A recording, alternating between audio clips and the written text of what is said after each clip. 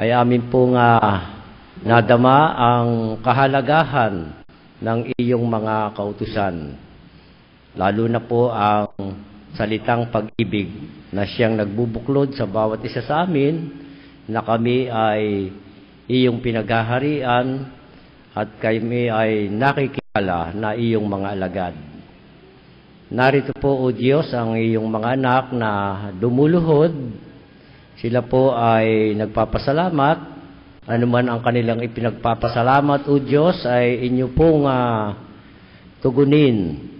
Itinatalaga rin nila ang kanilang buhay sa paglilingkod sa iyo. Ang pagpasalamat nila ay kahit anuman, O Diyos, ay iyong dinggin at iyong bigyang kasagutan. Pagpalain mo ang mga kapatid naming ito na sa iyo ay dumudulog upang ikaw ay parangalan sa pamagitan ng kanilang pagtatalaga ng kanilang buhay. Sa amin pong lahat, O Diyos, sa pagtatapos ng aming pananambahan, ay amin pong babaunin sa aming pag-uwi ang iyong masaganang biyaya.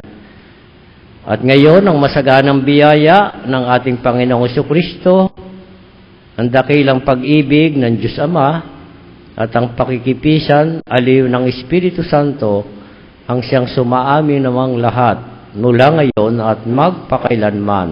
Amen.